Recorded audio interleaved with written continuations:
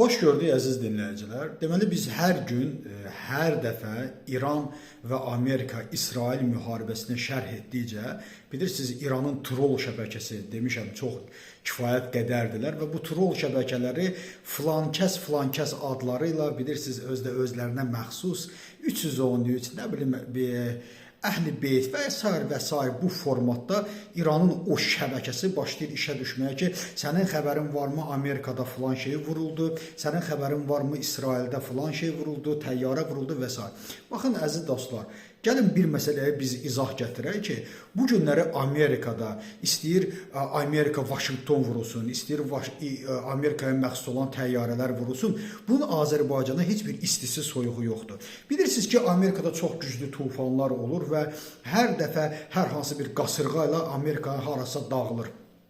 Onun Azərbaycana bir istisi soyuq olurmu? Yox, çünki regionumuzdan kənardadır. Və yaxud da bu günlərdə İsrail istərsə vurulsun və yaxud da İsrailin Qəzzanı vurması, Qəzzadan İsrailin vurulması yaxından uzaqdan Azərbaycana bir istisi soyuq olurmu? Xeyr, niyə görə? Çünki regionumuz deyil. Orada yaranan qaçqın Azərbaycana gəlməyəcək.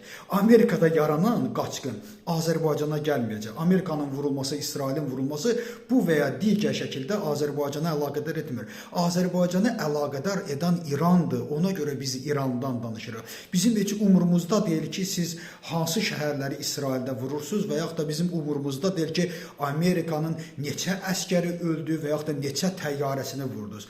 Burada Azərbaycan xalqını yaxından, uzaqdan maraqlandıran İrandır. Niyə? Çünki İran onun qoyusudur.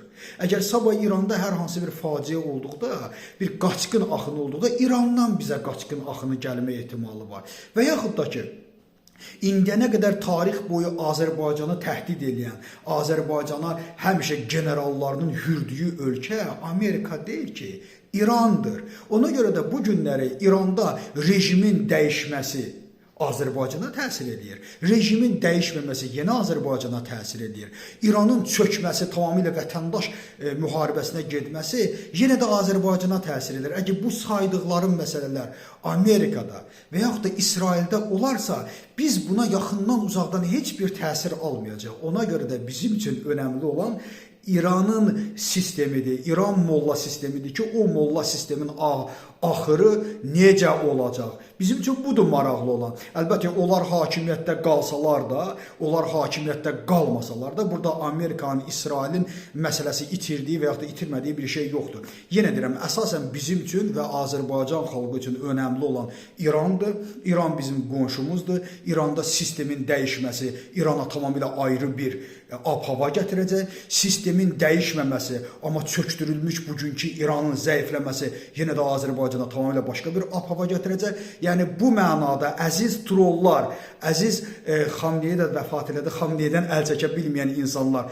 bizim şərhimiz bu mənada İran üçündür. Bizi maraqlandıran ölkə İrandır. İsrail deyil, Amerika deyil. Biz onlarla müttəfiq də ola bilərik, geostrateji müttəfiq də ola bilərik, olmaya da bilərik. Nəyin bahasına olursa olsun, əsas bizi maraqlandıran və Azərbaycan xalqına təsir edən dövlət bizim qonşumuz olan İrandır. İnşallah ki, bunu başa düşdünüz. Təşəkkür ederim.